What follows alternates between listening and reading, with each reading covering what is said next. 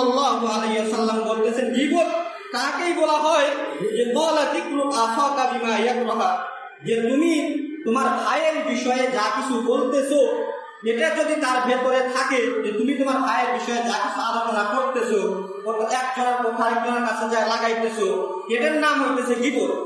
তখন সাহাবায়ে কেরাম প্রশ্ন করলেন যে আমি আমার ভাইয়ের নামে যেটা বলতেছি সেটা যদি আমার ভাইয়ের মধ্যে যদি থাকে, তাহলে আল্লাহ রাসূল বললেন ফাকাদিবতা, তাহলে তুমি গীবত করলে।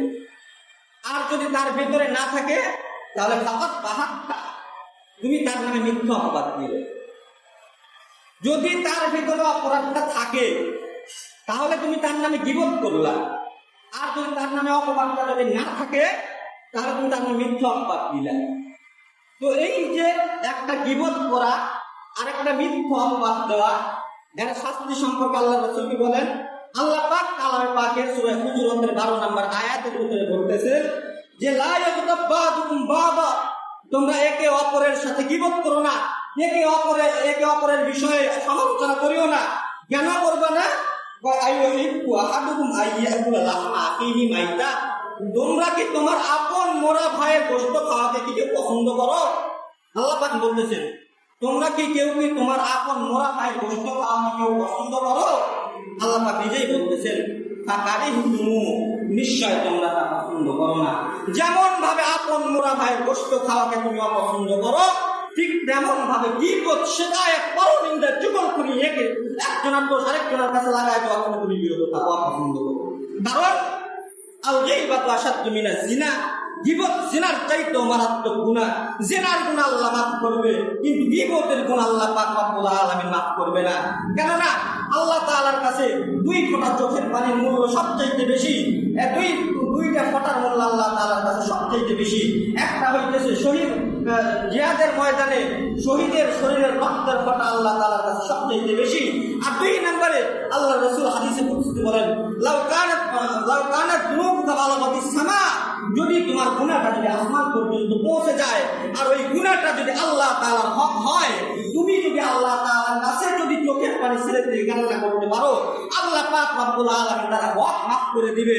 কিন্তু তুমি গীবত করে, পরনিন্দা করে, চুগলখড়ি করে, বেহায়াপনা করে, বেলাজা করে তুমি যেই বান্দার হক নষ্ট করলা, ওই বান্দা হক যতক্ষণ পর্যন্ত তোমাকে মাফ না করবে আল্লাহ আদালতে তোমাকে দাঁড়াইবে।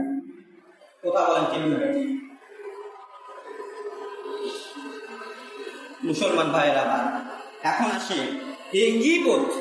আল্লাহ রাসূল সাল্লাল্লাহু আলাইহি ওয়াসাল্লাম সহিহ মুসলিম শরীফের 2581 নম্বর হাদিসের মধ্যে বলে, আবু হুরায়রা রাদিয়াল্লাহু তাআলা আনহু থেকে বর্ণিত, তিনি বলেন যে আল্লাহ রাসূল বলতেছেন যে তোমাদের মধ্যে সবচাইতে নিঃস্ব কে জানো? তোমাদের মধ্যে সবচাইতে নিঃস্ব কে? তো সাহাবায়ে কেরাম উত্তর দিয়েছেন যে আমাদের মধ্যে যার মাল নাই, যার সম্পদ নাই, সে হচ্ছে নিঃস্ব। কিন্তু আল্লাহ রাসূল বললেন না, ওই ব্যক্তি নিঃস্ব না।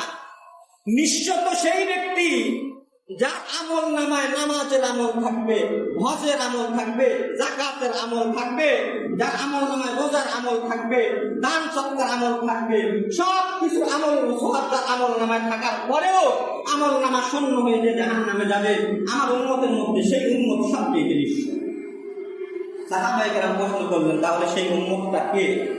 আল্লাহ রাসূল বললেন যখন একজন বান্দা যখন জান্নাতে যাবে, একজন বান্দা নামাজি ব্যক্তি, হাজী সাহেব, তার আমল নামা নিয়ে সুন্দর আমল নামা, মনে করেন যে সারা জীবন নামাজ পড়তে, হজ করতে, যাকাত দিতে, সব কিছু এই আমল নামা নিয়ে জান্নাতের দিকে রওনা দিয়ে এমন সময় দোজখের ফেরেশতা ডাকতে আওয়াজ, থামো, তোমার হিসাব নিকাশ এখনো বাকি আছে।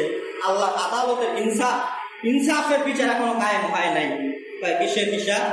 কয় যে দুনিয়াতে যার গীবত করছিলা, যার শিকায়াত করছিলা, যার পরনিন্দা করেছিলা, চুগলখড়ি করেছিলা, নামাজ পড়ে বের হয়ে রাস্তার পাশে বসে থেকে শুরু করে দিছিলা, রাস্তায় বসে থেকে শুরু করে দিছিলা, তো এগুলার হিসাব দিয়ে থুয়ে তুমি তারপরে জান্নাতে যাও। তো এক পর্যায়ে দেখা যাবে সে এগুলার হিসাব দিতে দিতে নেকি দিতে দিতে আমল নামা শূন্য হয়ে জাহান্নামের দিকে রওনা হবে। আল্লাহ রাসূল বললেন আমার উম্মতের মধ্যে এই ব্যক্তিটাই সবচেয়ে বেশি। মুসলমান ভাইরা আমার গভীর মনোযোগ দিয়ে শুনবেন, এতক্ষণ আলোচনা করলেন গীবত সম্পর্কে। আল্লাহ পাক রব্বুল আলামিন বললেন, বান্দারে তোমরা একে অপরের গীবত করিও না, কারণ এই গীবত এমন একটা মারাত্মক গুনাহ। এই গীবতের গুনাহ মদ খাওয়া, শরাব খাওয়ার চাইতেও মারাত্মক গুনাহ, জিনার চাইতেও মারাত্মক গুনাহ। বান্দারে আমি আল্লাহ পাক রব্বুল আলামিন তোমাকে দুইটা পথ দিয়ে পৃথিবীর জমিনে প্রেরণ করলাম। আমি মাওলার হক দিয়ে প্রেরণ করলাম, বান্দার হক দিয়ে প্রেরণ করলাম। আমি মাওলার হক আদায়ের মধ্যে যদি তোমার কমতি থাকে, আমি আল্লাহ পাক রব্বুল আলামিন চাইলে তোমাকে আমি মাফ করে দেব। আর যদি কোনো বান্দার হক যদি তুমি নষ্ট করে থাকো, ওই বান্দা মাফ না করা পর্যন্ত আমি আল্লাহ পাক রব্বুল আলামিন তোমাকে মাফ করতে পারবো না। মুসলমান ভাইরা আমার, গভীর মনোযোগ। আল্লাহর পয়গম্বর মেরাজে চলে গেছেন। মেরাজে যাওয়ার পরে জান্নাত দেখলেন, জাহান্নাম দেখলেন। জান্নাত প্রয়োগ করার পরে যখন জাহান্নামের মধ্যে ঢুকছেন, এমন সময় পয়গম্বর তাকাইয়ে দেখেন এক শ্রেণীর মানুষ যারা নিজের নখগুলো, তামার নখগুলো, বড় বড় তামার তৈরি নখ, এত বড় বড় নখ দিয়ে নিজের শরীরের চামড়াগুলো নিজে ছিঁড়তেছে এবং ভক্ষণ করতেছে। নিজের চেহারার চামড়াগুলো নিজেই ছিঁড়তেছে এবং ভক্ষণ করতেছে।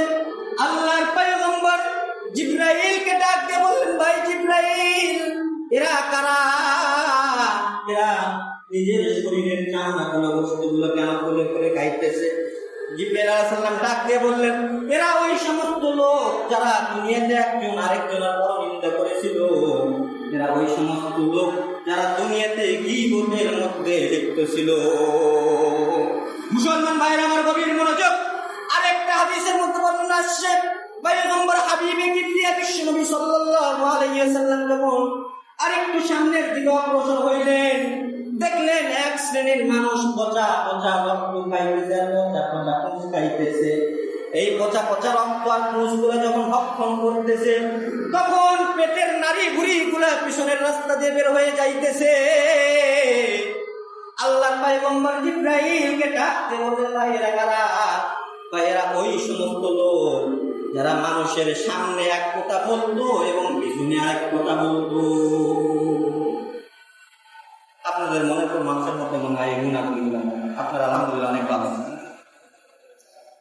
যাই হোক, সময় শেষের দিকে একটা বিষয় না জানালেই নয়। আপনারা, আমি এখানে পার হয় মোটামুটি 4 মাস হয়ে যাচ্ছে। আপনারা অনেকেই জানেন না যে আমার শিক্ষাগত যোগ্যতা কতটুকু, এটা হয়তো অনেকেই জানেন, অনেকেই জানেন, অনেকেই জানেন। আপনাদের দোয়ার বরকতে আলহামদুলিল্লাহ আমি 28 বছর বয়সে একজন হাফেজ। আপনাদের দোয়ার বরকতে আলহামদুলিল্লাহ আমি 28 বছর বয়সে একজন মাওলানা। আপনাদের দোয়ার বরকতে আলহামদুলিল্লাহ আমি 28 বছর বয়সে একজন কারি সাহেব।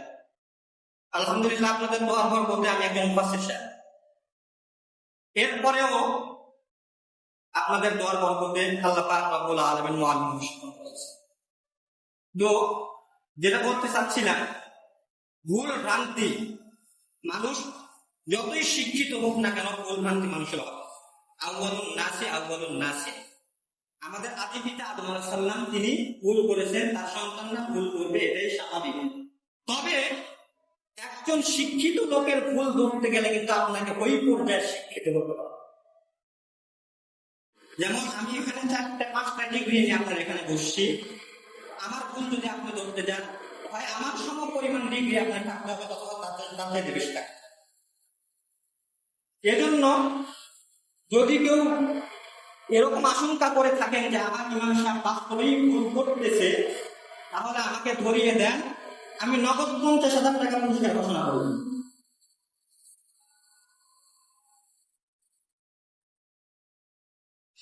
আপনি 10 জন ওজন নিয়ে এসেন, যা খরচ লাগে আমি ঘর থেকে দেব।